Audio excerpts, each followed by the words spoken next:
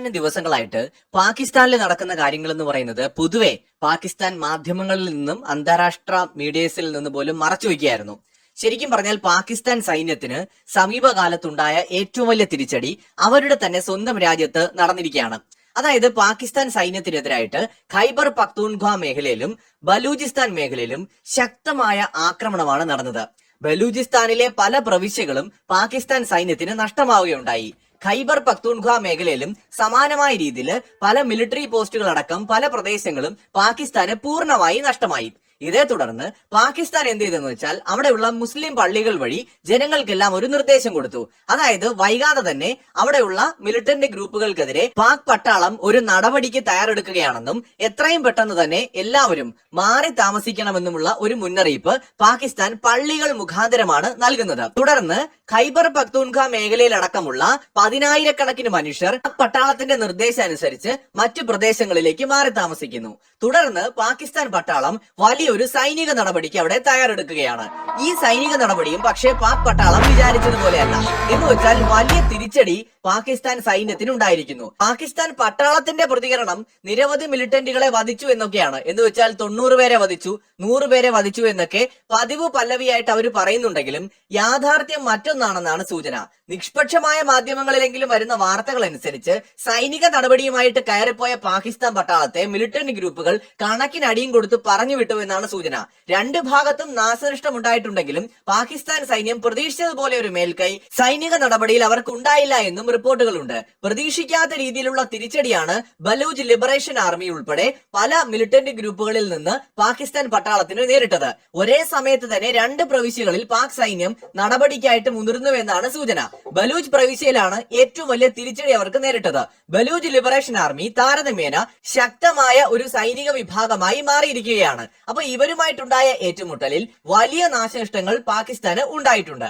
അഫ്ഗാനിസ്ഥാനിലെ താലിബാന്റെ അടുത്ത് നിന്ന് മലകളിൽ ഒളിഞ്ഞിരുന്നു കൊണ്ട് യുദ്ധം ചെയ്യാനുള്ള ഗോറില്ല യുദ്ധതന്ത്രങ്ങളടക്കം പലതും പരിശീലിച്ചിട്ടാണ് ബലൂച്ച് ലിബറേഷൻ ആർമിയും ഖൈബർ പഖ്തൂൺഖ്വ മേഖലയിലെ തഹ്രീക്കി താലിബാൻ എന്നറിയപ്പെടുന്ന ഗ്രൂപ്പും പാകിസ്ഥാൻ പട്ടാളത്തിനെതിരെ പൊരുതുന്നത്.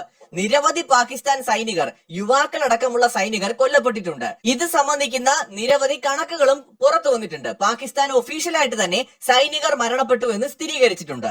എന്നാൽ അതേ സമയത്ത് തന്നെ 92ഉം 100ഉം മിലിറ്റന്റുകളെ കൊന്നു എന്ന പാകിസ്ഥാൻ വാദത്തിന് കഴമ്പേകുന്ന ശക്തമായ തെളിവുകളൊന്നും തന്നെ ഇതുവരെ ലഭിച്ചിട്ടില്ല. ഇത് പാകിസ്ഥാൻ സൈന്യത്തിന്റെ മുഖം രക്ഷിക്കാനുള്ള കേവലം ഒരു പ്രചാരണം മാത്രമേ ഈ ഘട്ടത്തിൽ കരുതാൻ കഴിയൂ. വലിയ സംഘർഷം രണ്ടു ഭാഗത്തും ഉണ്ടായതിനാൽ നാശനഷ്ടങ്ങൾ രണ്ടു ഭാഗത്തും ഉണ്ടാകാം. പക്ഷെ ഇപ്പൊ തന്നെ ബലൂച്ച് ലിബറേഷൻ ആർമിയെയും ഖൈബർ പഖ്തൂൺഖ്വ മേഖലയിലെ തഹ്രീക്കി താലിബാനെയും ഇല്ലാതാക്കി കളയാമെന്ന പാകിസ്ഥാൻ സൈനികരുടെ മോഹത്തിന് കനത്ത തിരിച്ചടി ഉണ്ടായിരിക്കുകയാണ്.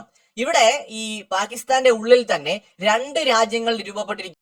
ഈ താലിബാനും ഈ ബലൂച്ച് ലിബറേഷൻ ആർമിയുമാണ്. ഈ ചൈനയുടെയും പാകിസ്ഥാന്റെയും സംയുക്തമായിട്ടുള്ള ഹൈ വാല്യൂ അസറ്റ്സിനെയാണ് ഇവർ ടാർഗറ്റ് ചെയ്യുന്നത്. ഈ ഹൈ വാല്യൂ അസറ്റ്സ് തകർക്കപ്പെടുന്നതിനാല് പാകിസ്ഥാനിൽ ഉണ്ടാവുന്ന ഇത്തരം സംഘർഷങ്ങൾ ചൈനയ്ക്ക് കൂടി ഇൻഡയറക്ട്ലി വലിയ സാമ്പത്തിക നഷ്ടം വരുത്തി വെക്കുന്നുണ്ട്. ഈ പ്രദേശത്തേക്കാണ് നമ്മുടെ പ്രസിഡന്റ് ട്രംപ് മറ്റേ റെയർ എർത്ത് മിനറൽസ് കുഴിച്ചെടുക്കാൻ വരുന്നു എന്നും പറഞ്ഞിരിക്കുന്നത്.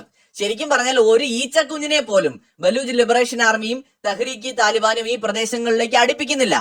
യുദ്ധസമാനമായ ഒരു സാഹചര്യത്തിലൂടെയാണ് പാകിസ്ഥാൻ കടന്നുപോയിക്കൊണ്ടിരിക്കുന്നത്. പാകിസ്ഥാന്റെ ഉള്ളിൽ തന്നെ ഒരു സിവിൽ വാർ സ്റ്റാർട്ട് ചെയ്ത് കഴിഞ്ഞതാണ്. അത് ഏതാനും മാസങ്ങളോ വർഷങ്ങളോ ആയിട്ട് നടന്നുകൊണ്ടിരിക്കുകയാണ്. പൊതുമാധ്യമങ്ങളിൽ നിന്നും മുഖ്യധാര മാധ്യമങ്ങളിൽ നിന്നുമൊക്കെ ഇത് മൂടി വെക്കുകയാണെങ്കിലും സോഷ്യൽ മീഡിയയിലൂടെ ഇതെല്ലാം തന്നെ പുറത്തു വരികയാണ്. ബലൂചിസ്ഥാനിലും ഖൈബർ പഖ്തൂൺഖ്വ മേഖലയിലുമുള്ള മിലിറ്റന്റ് ഗ്രൂപ്പുകൾ സോഷ്യൽ മീഡിയയിൽ വളരെ ആക്റ്റീവ് ആണ്. സോ അവരുടെ പ്രതിനിധികൾ പലപ്പോഴായിട്ട് നടക്കുന്ന സംഭവങ്ങളെ കുറിച്ചുള്ള കൃത്യമായ വിശദീകരണങ്ങൾ പുറം ലോകത്തോട് പറയുന്നുണ്ട്. പാകിസ്ഥാൻ മാധ്യമങ്ങൾ മുഴുവൻ പാക് സൈന്യത്തിന്റെ നിയന്ത്രണത്തിലായതിനാൽ ഒഫീഷ്യൽ ആയിട്ടുള്ള യാതൊരു വസ്തുതാപരമായ പ്രതികരണങ്ങളും പാകിസ്ഥാന്റെ ഭാഗത്തു നിന്ന് പ്രതീക്ഷിക്കേണ്ടതില്ല. 10 റഫേൽ യുദ്ധവിമാനങ്ങളെ വെടിവെച്ച് എന്നൊക്കെ പറയുന്ന പോലുള്ള തള്ളുകൾ മാത്രമേ ഉള്ളൂ 92 ബലൂച്ച് ലിബറേഷൻ ആർമി മിലിറ്റൻസിനെ വധിച്ചു എന്നൊക്കെ പറയുന്നത്. എന്തായാലും പാകിസ്ഥാൻ കടന്നു പോകുന്നത് വലിയൊരു പ്രതിസന്ധിയിലൂടെയാണ്. ഇതിൽ നിന്ന് കരകയറാൻ കഴിയുമോ എന്ന് കണ്ടു തന്നെ അറിയണം. പതിവ് രീതിയിൽ ഇതിന്റെ എല്ലാം പുറകില് ഇന്ത്യയാണെന്ന് പറഞ്ഞുകൊണ്ടാണ് പാകിസ്ഥാൻ വരുന്നത്. പാകിസ്ഥാനെ അസ്ഥിരപ്പെടുത്താനായിട്ട് നിരന്തരമായിട്ട് ഇന്ത്യ കളിക്കുന്നതാണ് ഇതെല്ലാം എന്നും ഇന്ത്യയുടെ ഇടപെടൽ കാരണമാണ് ഈ പ്രശ്നങ്ങളെല്ലാം ഉണ്ടാകുന്നതെന്നും പാകിസ്ഥാൻ പറയുന്നു.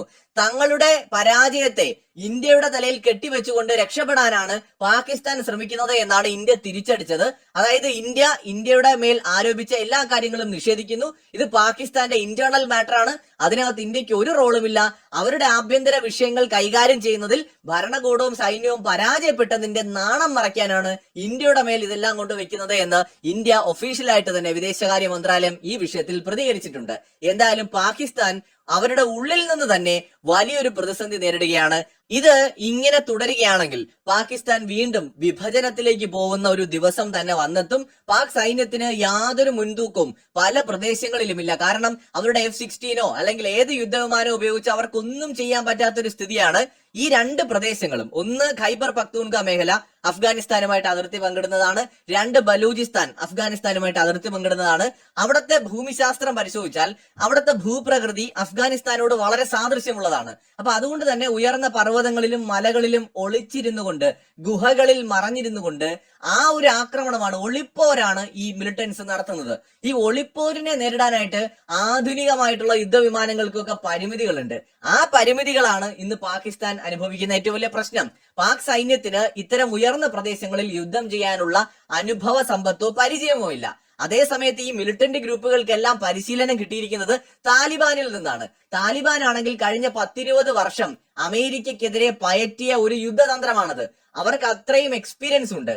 ആ എക്സ്പീരിയൻസ് ആണ് ഈ മിലിറ്റന്റ് ഗ്രൂപ്പുകൾക്കും കിട്ടിയിരിക്കുന്നത്. ആ ഒരു മിലിറ്റന്റ് ഗ്രൂപ്പുകളോട് പിടിച്ചു നിൽക്കാൻ പാകിസ്ഥാൻ സൈന്യത്തിന് കഴിയില്ല എന്നുള്ള ദയനീയമായ കാഴ്ചയാണ് നമ്മളിപ്പോ കണ്ടുകൊണ്ടിരിക്കുന്നത്. ഇതൊരു പക്ഷേ പാകിസ്ഥാനെ വീണ്ടും 3 കഷ്ണങ്ങളായിട്ട് വെട്ടിമുറിക്കുന്നതിലേ അവസാനിക്കുമെന്നാണ് തോന്നുന്നത്. കുറെ കാലം കൂടി ഇത് തുടരും. ഇന്നോ നാളെയോ ആയിരിക്കില്ല, പക്ഷെ ഏതാനും വർഷങ്ങൾ കൊണ്ട് ഇത് പാകിസ്ഥാനെ പല കഷ്ണങ്ങളായിട്ട് വെട്ടിമുറിക്കാനുള്ള എല്ലാ സാധ്യതയും കാണുന്നുണ്ട്.